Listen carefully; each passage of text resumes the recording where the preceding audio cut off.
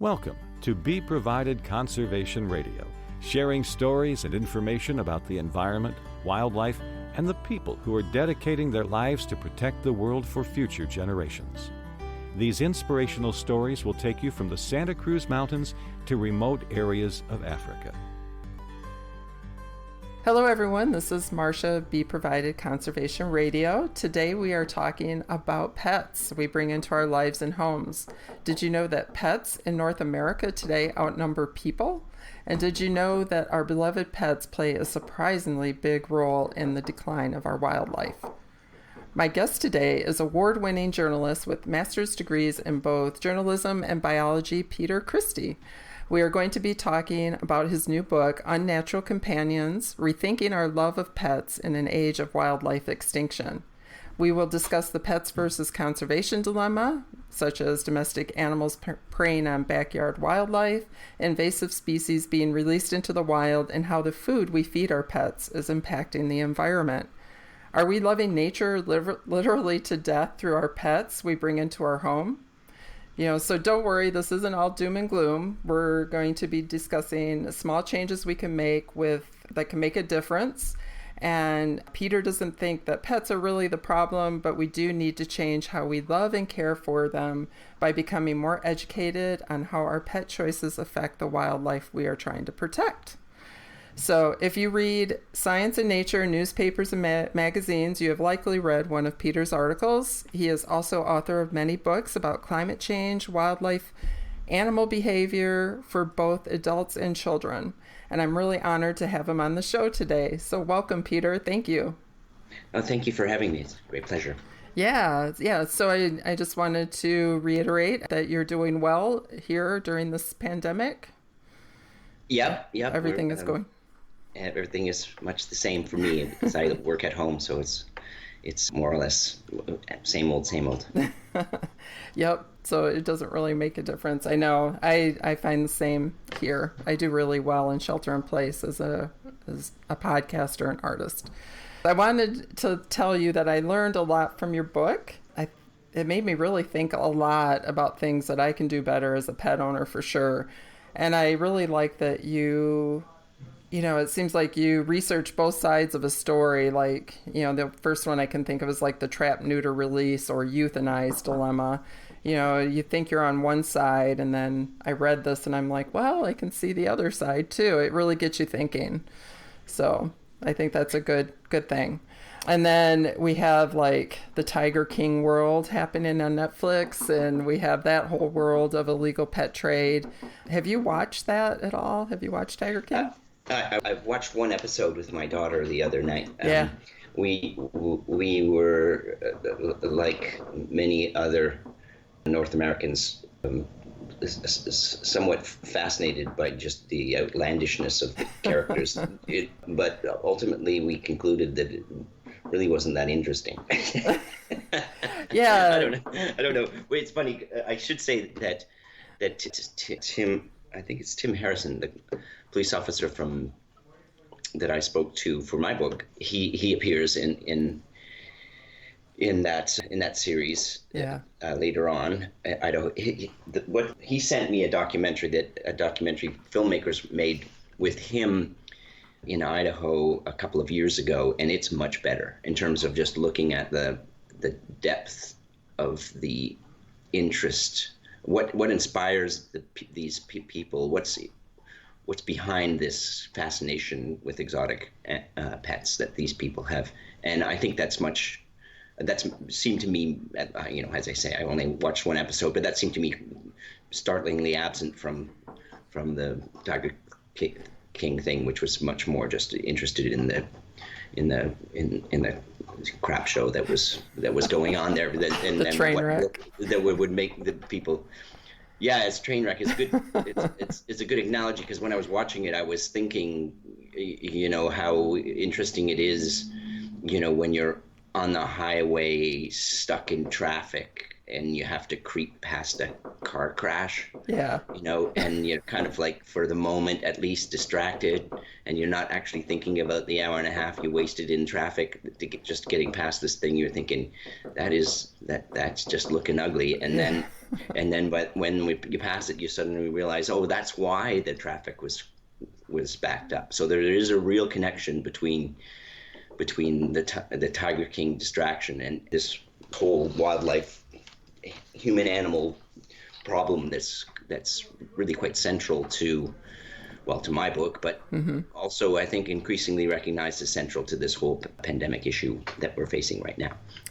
Yeah, wildlife conservation is the UN biodiversity chief said last week, basically made the connection clear that this pandemic really should be getting us thinking more clearly about treating wildlife better, and conservation needs to be, conservation is integrally connected. There's two scientific papers appeared also last week, coincidentally, that made that connection clear between the wildlife trade and disease spillover and forests and disease spillover, and these are things we've got to be thinking about.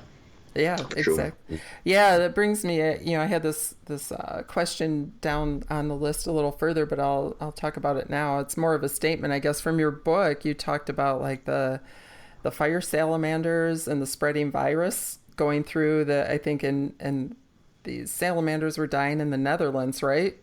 And they linked it to a fungus in Vietnam, and it was wiping out all the, and it kind of, our globe trotting through the world spread this around. It kind of reminds me how the COVID-19 for salamanders, really, it's. Well, I mean, this was actually the chapter that's kind of started me on this book. Yeah, actually. Is it? Okay. I was doing a paper for a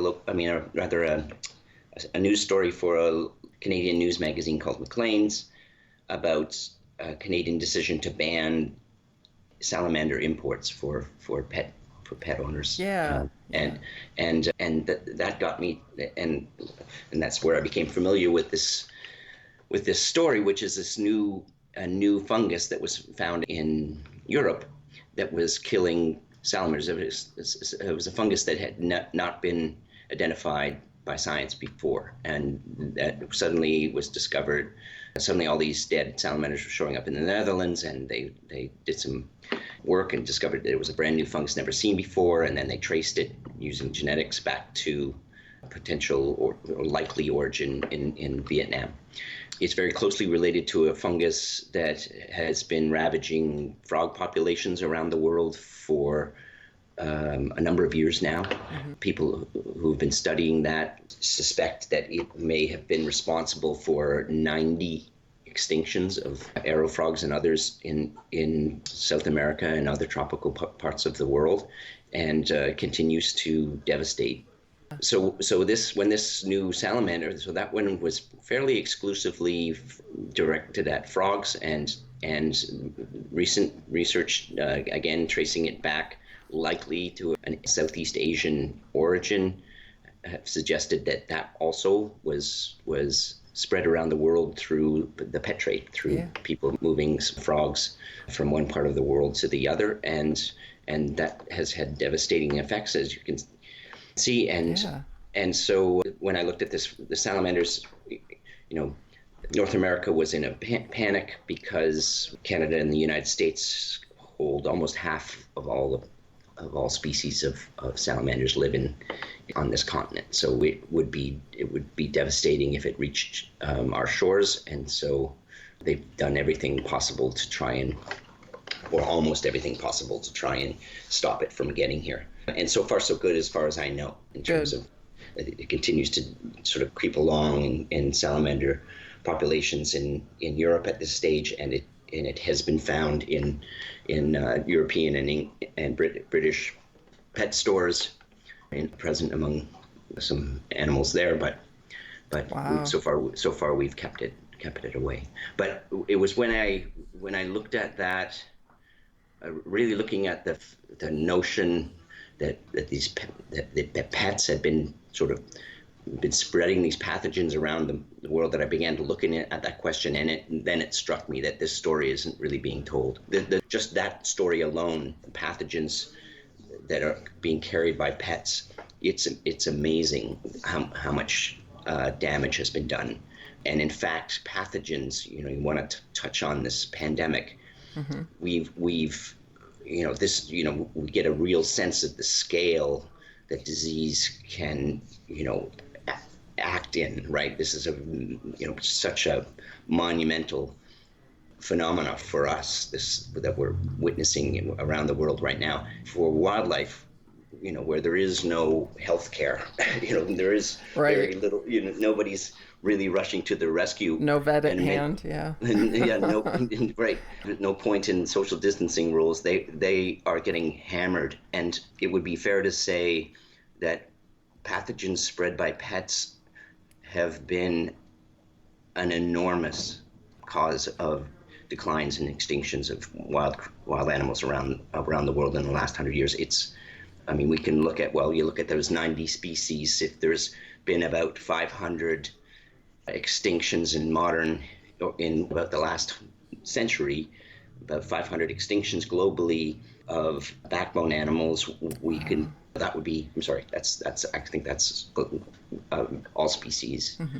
But in any case, when we look at like 90 species of frogs from among them, and not to mention countless others that we don't know of, it's amazing what disease has probably done to our biodiversity without us even really being that aware.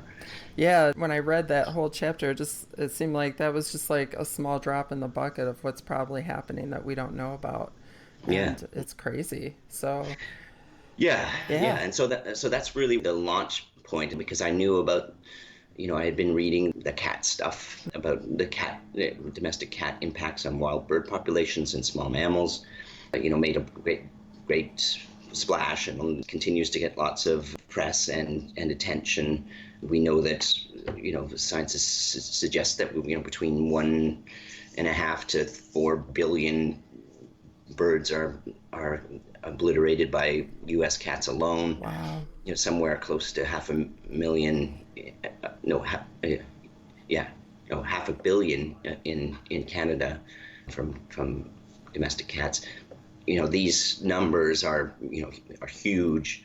Yeah. What they mean for biodiversity is perhaps a little less clear. In mainland North America, we know them to be devastating for island populations where domestic cats, among a couple of other invaders, have been pretty well fingered for the extinctions of large numbers of animals over the last millennia or so. It's been devastating. But in any case, all we know is that they're killing a lot of birds here. So anyway, I knew that story, and then when I got into this disease story, I began to wonder, okay, how big is this? And really, there hadn't been, even in the scientific literature, a review of all the science and to bring it all together into one place and to see, is this a significant factor in the extinction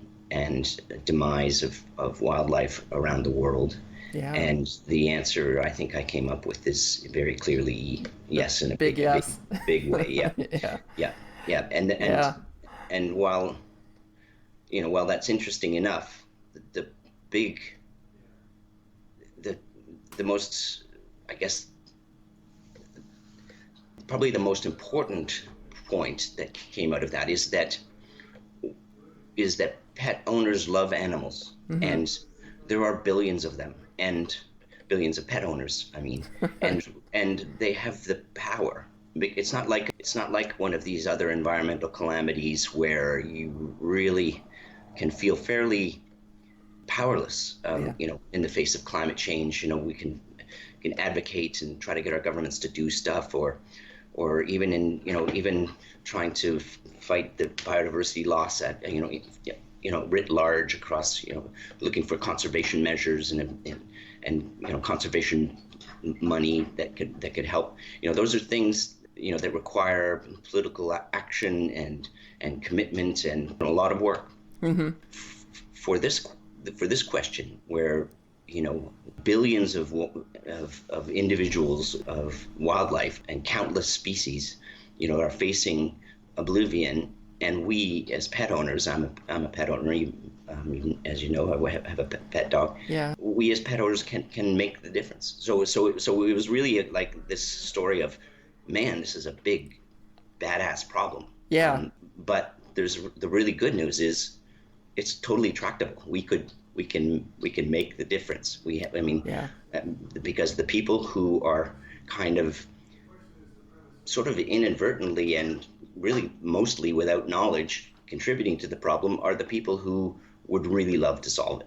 Right. Pet owners love animals, and conservationists love animals, and they're the same tribe. And, and that's really where I wanted to land with the book. I wanted a hopeful book that said, this is a big problem and we can solve it. Let's get together and do it. Right. We're a big group of people.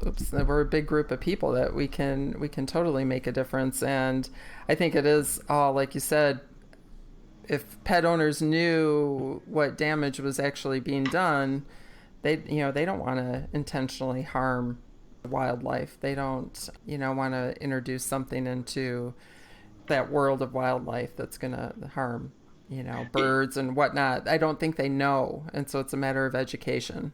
And then, empower them. Yeah. I think there's exceptions, and people are, less inclined to be responsive than others. But for the most part, I think you're right. Yeah. And in fact, even those people, as long as the approach is, palatable. Right. Even people who may let their cats outdoors and say my cat would go stir crazy if it was inside and blah blah blah. Even those people, if you said, okay, well, you know what, let's think about your next cat. Let's think about keeping your next cat indoors. Right. And and maybe putting a cat bib or a catio, or a catio or something. Yeah. A catio, that's one. Yeah, one. Those approaches. Was it catio would be like big enclosure in your backyard or whatever. These are all options. But even lots of people, in the conservation community, are quite rigid on it, right? And I tend to be less so. I think what we need is these people on side and whatever it takes. And so I think that's the point that I really like to make. Yeah. Yeah, that's good. Yeah, and you made a good point. Some people are willing. You always have like the Tiger King people, or the people are smuggling in, pet orangutans or pet cheetahs. They're not really going to pay attention to this. They know what they're doing, I think, in the long run. But I think the majority people of us cat and dog owners and such, we're a powerful group. We can make a difference. So the Tiger King characters are crazy, but it's really interesting. It's still the same impulse. Yeah. And and they love animal. I mean, they love animals. Yeah. And it's the same fascination, and I tried to touch on in my book, using this whole notion that the Harvard biologist E.O. Wilson came up with a few decades ago about the biological notion that we're fascinated with other with other life, just because that would have been evolutionarily to our advantage to right. track animals as they run by, or pay attention to them, to pay attention to the ones that you could catch to eat, and to pay attention to the ones that are going to catch and eat you. Pay attention to when plants go to fruit, or those kinds of things that would have given us an evolutionary advantage. So our argument is theory, because of course it's really impossible. And kind of it's just so stories, impossible to actually prove. But the theory is that these things are probably entrenched in our DNA. That we turn to animals really as a survival mechanism, and it's so deeply ingrained in us that it's a fundamental feature of what it means to be human. We'd feel very alone without animals on our planet, and definitely, and that part of that loneliness would come from the fact that this big evolutionary piece was missing from our existence. So that theory is called biophilia, right? That's right. You talk about biophilia almost at the end of each chapter, almost, I think, and kind of relate to unless I misread it, but it seems like you kind of relate to what you just wrote about in that chapter, how it relates to biophilia. Biophilia kind of went wrong in our world.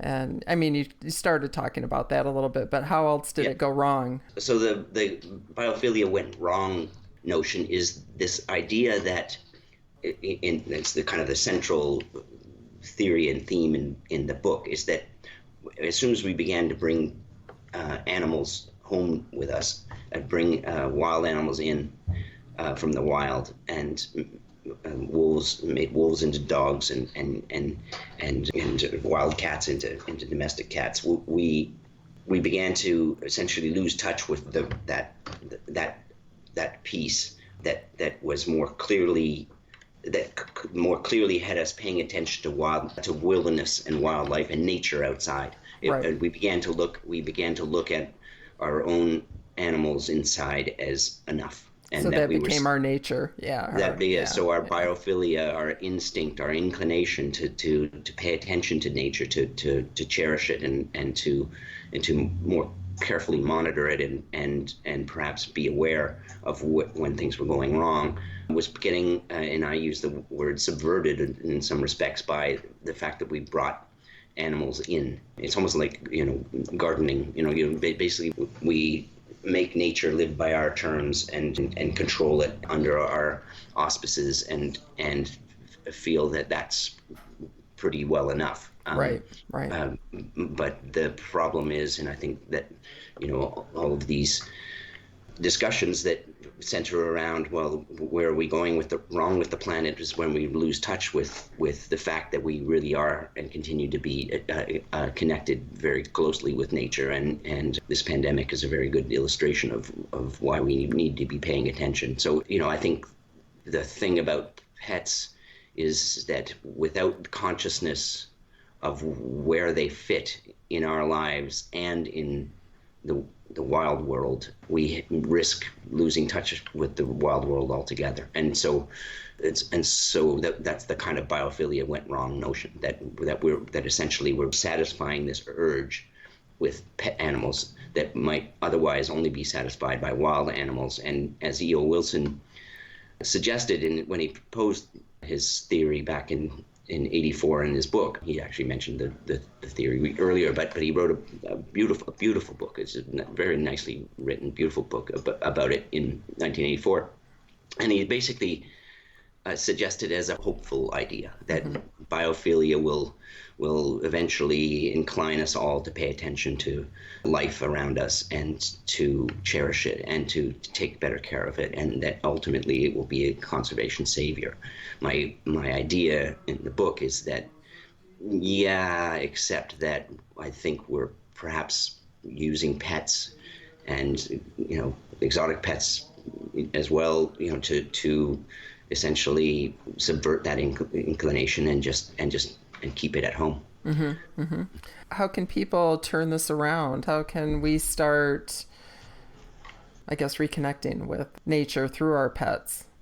Yeah, I think the big thing is, and this speaks to our relationship with nature very generally too, is we need to be thinking about our pets as creatures in the wider wild world. So it feels good to let a dog run through the forest when you're hiking down a trail. I mean, it's just wonderful to watch them just tearing through the brush. But you have to think that there is an animal that's completely subsidized and cared for and all charged up with food thanks to you, and he's out there tearing through the forest, where if he was doing that on any regular day without you as an owner, may well just die of exhaustion and hunger, or be pounced upon and seized by a coyote or some other predatory creature that would soon set the record straight. The issue really is we have to be aware of our interactions with nature. We have to be aware of our animals' interactions with nature, because they are much more of an interface. And as I point out in the book in the latter chapters, this is a really positive. It can be a really positive thing. There's, We have, dogs and other animals who are doing conservation work, that we're using them to scent out invasive species or find scat of wild endangered creatures, so we can find out more about their biology through their scat. Yep. And all manner of useful things that the dogs can and other pets have been put to use in helping the conservation cause. So in a general sense, those are the kinds of things. So the main is just to be aware of this interaction on a very very practical level. You can go through the book. There are many suggestions. We just spoke about a couple of them in terms of when it comes to cats, and cat bibs or cat bells, or different approaches to limit their outdoor time, or it could be as simple as letting them out of doors at a particular time, as opposed to in the nighttime when more creatures are active, or when settling birds can be easily picked off. There are lots of small and subtle things we can do with our, don't empty your aquarium water into your nearby pond or your nearby waterway, because of the potential for pathogen discharge there. Yep. or don't release your pet goldfish into your nearby pond, because actually goldfish as invaders, at least up here in Canada, is a big issue. Yeah, or snakes into the Everglades. Yeah, definitely. And the Everglades is a huge issue. They have they have an extraordinary number of invasive species, and as the biologist I spoke to for the chapter on down there, at least 80% of their invaders likely arrived as pets. Wow. From birds to reptiles, and so the chapter, as you mentioned, focuses or begins predominantly on the impact of pythons that were introduced. The first one was found in Everglades National Parks in 1977, and they just sort of gathered steam. So it was clearly a case of a person, or actually several people, releasing snakes that they probably purchased as whatever 12-inch long small pythons, Burmese pythons, and they get big. And they get big. And so what do you do with a big snake? Well, not too much you can do with it, except if you live in a tropical swamp or near a tropical swamp, it just might occur to you, well, I'll just set it free. That would be the most humane thing. And unfortunately, what's happened is we now have upwards of around 1 million Burmese pythons, many of them an extraordinary size, 18 feet, whatever. These are massive snakes, and they are literally eating their way through the Everglades biodiversity. That's crazy. They're eating mammals and other, all sorts of things, birds. It's causing a problem. Yep, even the alligators that used to be the apex predator there, they're eating those too. Yeah. That's amazing. Yeah, and that trickles down to the panther can't really survive if there's not enough, small mammals to eat, or it just trickles down. So. Yes. Yeah. Wow. So what were some of the other big surprises that came out of your research that really shocked you? We talked about the cats. I was kind of shocked on how much dogs affect, by eating mammals like rabbits. Yeah, there's a biologist in Australia. Yeah. Australia, of course, is, they have an extraordinary 11 extinctions. I just read. Yeah, so Tim Doherty is a biologist in Australia who's done a lot of work on these big invaders. But so dogs are now the most populous carnivore on the planet. Wow. And they've been responsible for, considered the leading threat in 11 recent extinctions. So meaning to say that obviously all of these particular creatures were facing a lot of different problems at once, and dogs were just one of them, but they were the primary mover and driver in driving these creatures into oblivion. And so, there are those cases, lots of those kinds of cases where it just doesn't seem like a big issue to release a lionfish, say, into the Caribbean Sea because because you didn't want it anymore. Yeah. But that predator, beautiful in a fish tank, has become an amazing menace of coral around the Florida Keys. It's staggering what's going on with there. Yeah. So, it's at every turn. And we spoke about the disease that, that's massive. The impacts of pet food industry was also astounding. Yeah, that kind of shocked me too. What's in pet food that we... So pet food, is... Our dogs and cats are the primary, the most populous pets for sure in North America, but in particular. I shouldn't say, well, obviously fish, tropical fish would be, and birds, but they're smaller and consume less. But the dogs and cats, they require a lot of protein. Mm-hmm. Tropical fish do as well, but dogs and cats, they're carnivores. Yeah. Yeah, they so to feed them, there's a lot of protein being grown. In fact, the amount of protein consumed by Americans, dogs and cats consume about a third of what protein that Americans do, and in fact consume about the same amount of animal-derived protein as all of France. Oh my gosh! And cats, and most of this protein is coming from cattle. Yeah, as you might imagine, and also from forage fish, small fishes that are dredged out of the sea.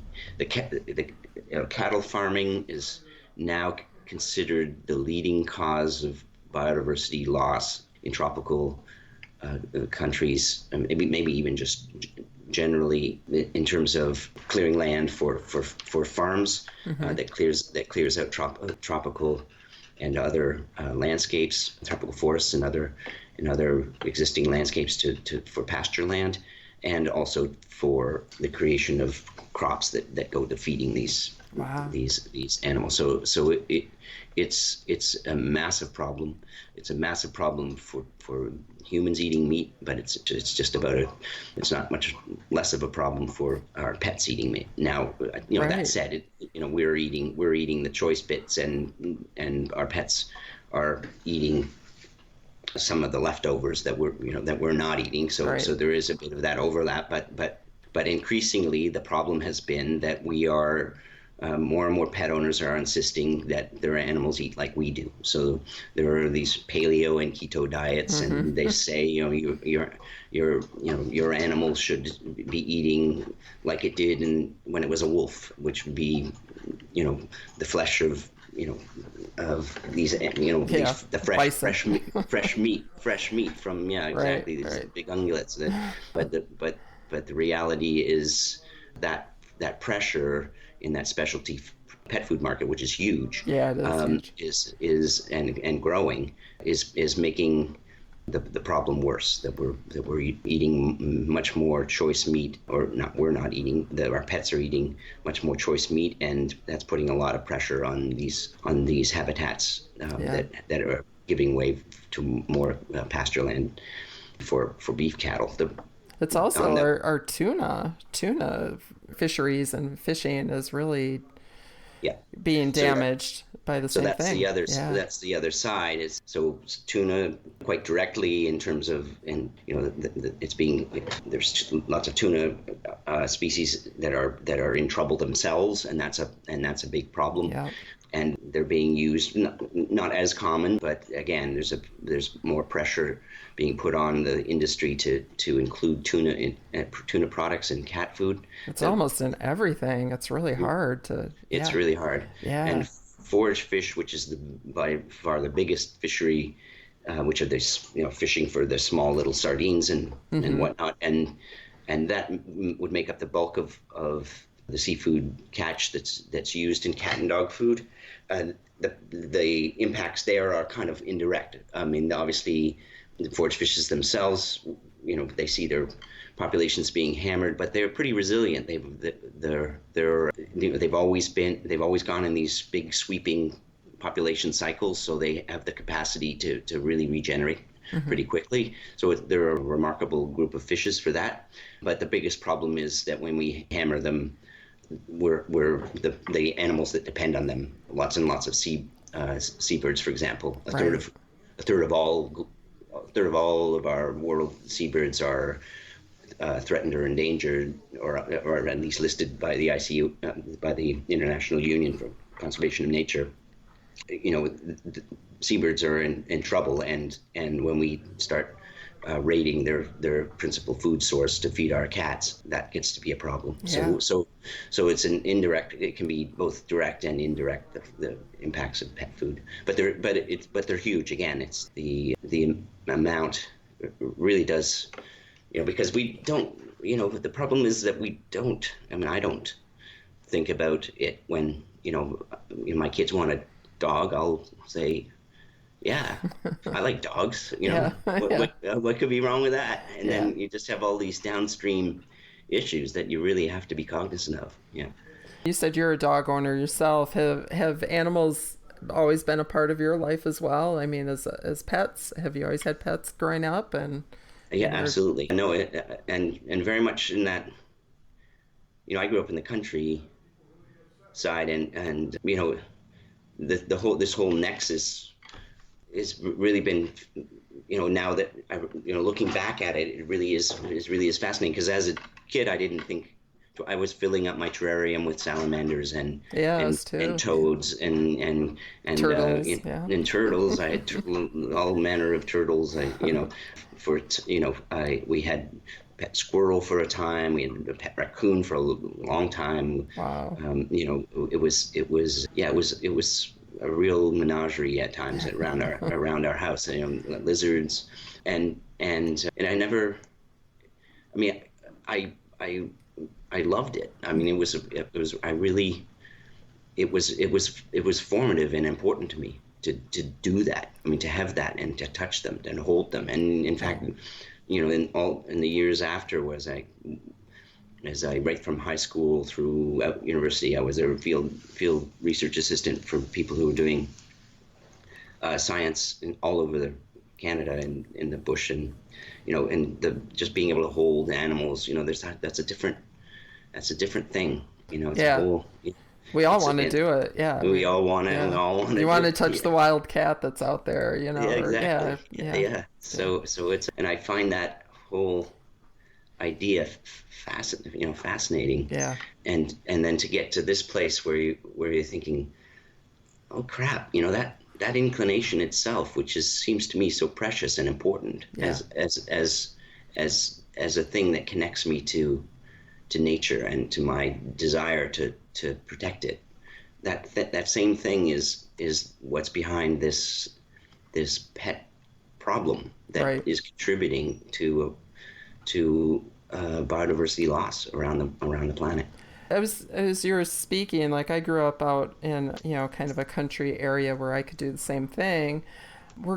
Is part of the problem too that we're losing our touch with nature and bringing pets indoors because we're just all kind of congregating more to urban settings where wildlife isn't visible. There's got to be a way that we can kind of bring back wildlife in those areas as well, whether it's a bird feeder or I don't know. I'm just saying, is that part of the problem that this is where we're at today because we're all living in such urban type settings, or absolutely, it's a huge problem. Touch. Yeah, it's a big change. It's a tremendous change that we've seen in our lifetime. Mm-hmm. Almost. I mean, maybe a little bit better, but essentially, the farms get bigger. Yeah, the farmers get there's fewer farmers, and countryside. What is it? I think we're close to half of humanity, or we're expecting to be close to half of humanity. That was half of our 7.5 billion people, or 7.7 billion people, or whatever, are living in cities. Yeah. And most of them. So that means most of humanity will not do or see the things that I've just I couldn't imagine not, being able to see a moose on a trail, Right. or to paddle around in a marsh and see a turtle swimming underneath. These are the things that I take for granted up here, and in Canada in particular is really wonderful for that. But most people, they're going to know a cockatoo that their friend owns, or they're going to have experienced seeing a snake at their biology class, but right. And usually that's going to be like a boa constrictor or something exotic, and most people will have met dogs and cats, but in terms of experiencing wildlife, it's pretty limited. Now it's interesting you say that about the backyards.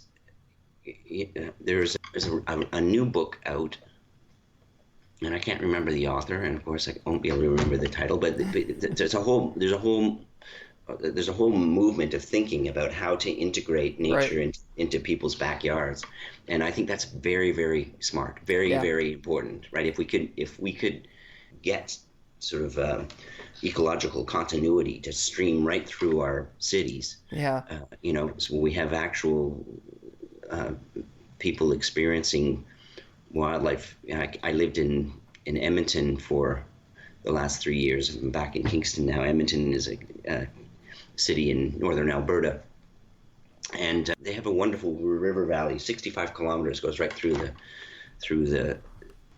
city and the little streams that come off it. Mm-hmm. And there is a parade of wildlife that goes through there. I mean, it's fairly north, so diversity is limited anyway. But there's some big, iconic creatures that would travel through there: moose and deer and coyotes like crazy. Oh, great! Yeah. It gets kind of like where I live. Yeah. Gets rid of the feral cat problem. That's one thing. Yeah, that's helpful. Yeah. Oh, that's fun. Well, speaking of that, it was funny yesterday. I'll just share this little story. There's a robin that has a nest outside my bedroom window, and I have a birding scope. And so yesterday I was just out. It was a beautiful day, and I'm, running the scope up the tree, trying to see if I could find the robin's nest. And as I bring the scope down, I find a sunny log, and staring back at me was a juvenile bobcat. Oh, wow. Yeah, Nice. yeah, and he was sunning himself on a log, and he just cleaned his paws and just let me watch him for about 5 minutes, and it was like, that's awesome. Yeah, I felt blessed for sure. Yeah. So are you situate me relative to town then? Are you kind of So I don't know if you're familiar where like Santa Cruz, California is, and then Silicon Valley. Yeah. And there's mountains, like kind of small mountains in between those two, and we're up in the mountains in between those two locations. Yeah. So, nice. Yeah, about 15 minutes away from Silicon Valley, 15 minutes away from Santa Cruz and the beaches. Yeah. So we have game cameras set out all over our property. We get do you? Yeah, we get mountain lion sightings. We get going up our driveway. We have a picture of a gray fox, with babies, carrying a rabbit that it just killed. It was, we have great horned nests nearby. Yeah. Great horned owls. Yeah. Oh, beautiful. Yeah. So I don't let my cats out. My little mellow cats would be gobbled up in no time. I'm sure. Yeah. Yeah. Exactly. So plus we have so many birds. I brought back the bird population here too. But yeah, back to that. Like I have friends who have wild parrots, but they know nothing about the birds that are just living outside their window as far as hummingbirds and how to feed them and how to bring them around. So yeah, and parrots are tough, right? Yeah, I mean, parrots are tough. There is a group of animals, and this is not, getting back to the wildlife trade. That there is a group of animals that, 1 out of every 4 species. That's a lot. A quarter, 25% of parrots are threatened with extinction. Yeah. And yet they're the most popular bird pet. And well, of course, people will say, well, there's predominantly they are bred indoors, but increasingly people are looking for and this is the case with all exotic pets. Increasingly, people will look for pets that are uncommon, that people wouldn't normally have, and those are very frequently not domestically bred, and Right. and in fact, there's a huge problem with counterfeits, where people essentially set up these breeding facilities and don't actually breed, but just are laundering wild caught wildlife through these facilities. So that's a big problem.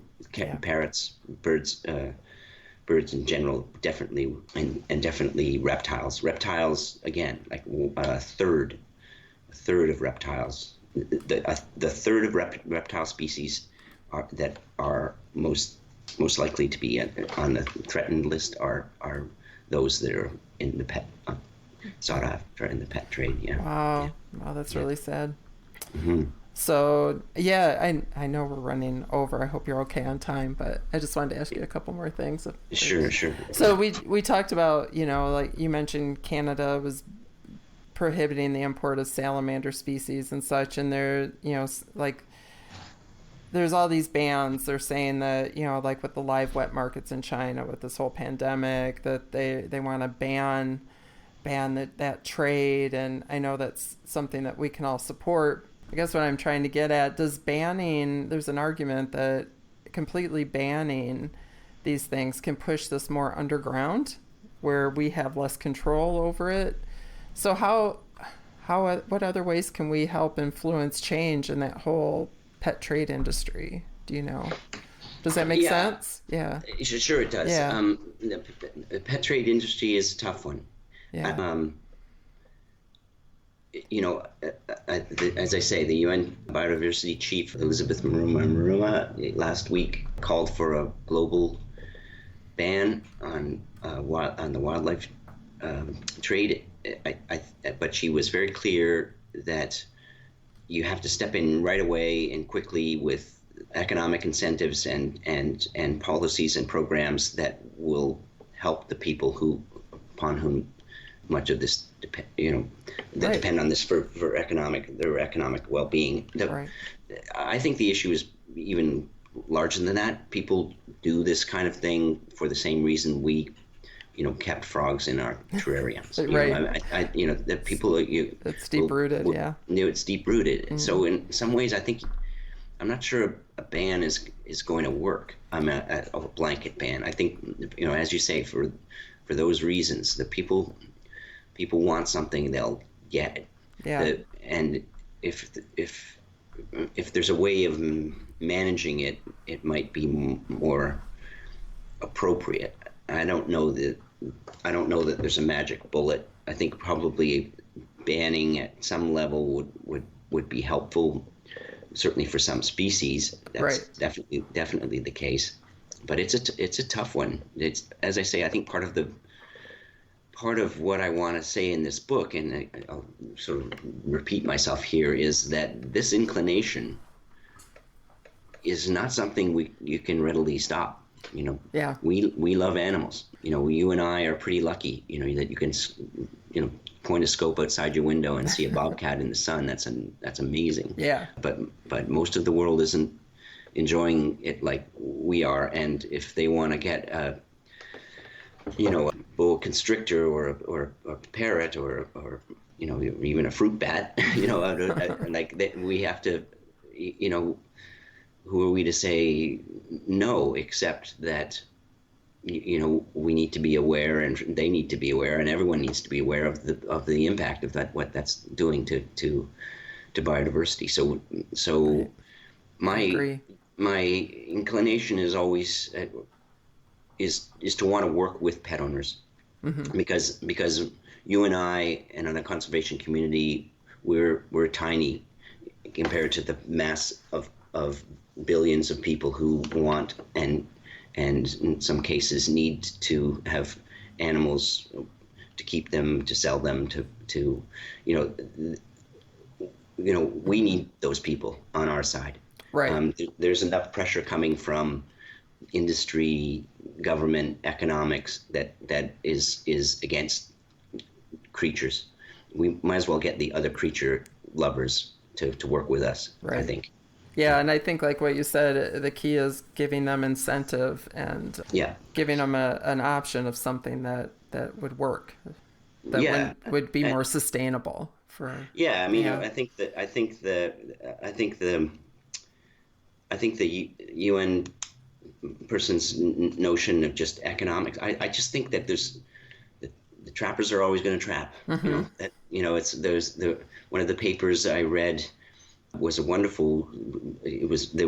were biologists doing work on the Indonesian bird trade and its impact on Indonesian bird life, which is staggering, by the way. They went around and interviewed all of these trappers, and some of this stuff, some of it is just generational. They don't know anything else. Yeah. They like it. They go out there and they live in the forest. They run barefoot through the bush and climb trees and catch birds, and make a little money, and it's probably invigorating and really happiness inducing. I could see the appeal of it. Yeah. I mean, they are outside doing work, not in a cubicle somewhere. But yeah. No, and I bet you their understanding of the creature's biology is probably pretty astounding too, right? I mean, they've got to know where to go and how to. Yeah, no, it's amazing. It's hard to just quench that by saying, okay, here, here, why don't you go and sell pencils? Here's a startup funds. It'll be tough to get them to make that change. I agree. I was just curious about that. So I know we're running out of time. I know you probably have things to get on with your day as well. But yeah. So I just wanted to ask, what gives you hope that we can turn this around? I always ask what gives hope at the end of my interviews. I know it's a good question, Yeah. and I think it's and I hope that it was kind of present at the beginning of the interview as well. The hope is that we are in this together. I believe that I believe it's something that can be managed. This is not a problem that's out of our hands. Yeah. It's a problem that's in the hands of the people who can make the biggest difference. So who would want to make the biggest difference? It's in the hands of the people who care. And those are the pet owners and conservationists like you and I who really just want it so that humans are not the only thing on the planet. They want a planet that isn't lonely. They want a planet that's filled with life. And so I think it's just a matter of awareness and cooperation and not being too doctrinal, not being too fierce and pitting one side against the other, the cat people against the bird people or whatever. I mean, I think we need to find a way forward that's moving us inexorably but predictably towards ending biodiversity loss, and that's really the only point we need to make here. Yep. Yeah. Well, thank you for your time today. I appreciate it, and thank you for the book. I will share it, and please do. Please do. Tell at least let's say about 22,000 of your friends to purchase the book. That would be I may have to do some digging for that many friends, but we'll try, definitely. So maybe we can come back and do a live thing, like I mentioned, once people start getting the book in their hands, because it was just released, right? Or it has not been. Oh, it has not. I just got the digital copy. So Julie sent me. Yeah. No. Okay. It was scheduled for release April 21, and they pushed it back because of Corona to May. Oh, okay. Okay. Well, I'll definitely share it. I know there's some people who would be interested in this. Perfect. Many people. But yeah, thank you for your time. And it was a great pleasure to meet you. Nice to meet you too. So I appreciate it. Stay healthy. Yeah, you too. Bye. Thanks, Peter. Bye-bye. Thank you for listening to Be Provided Conservation Radio. Links and resources to today's topic are in our show notes on iTunes. We appreciate your dedication and interest in protecting our natural world for future generations. If you like what you heard, please get involved by volunteering, donating, and sharing these podcasts with your friends. It also helps us to inform more people if you take a minute to leave a rating or review on iTunes. Have a great day, and thank you for listening to Be Provided Conservation Radio.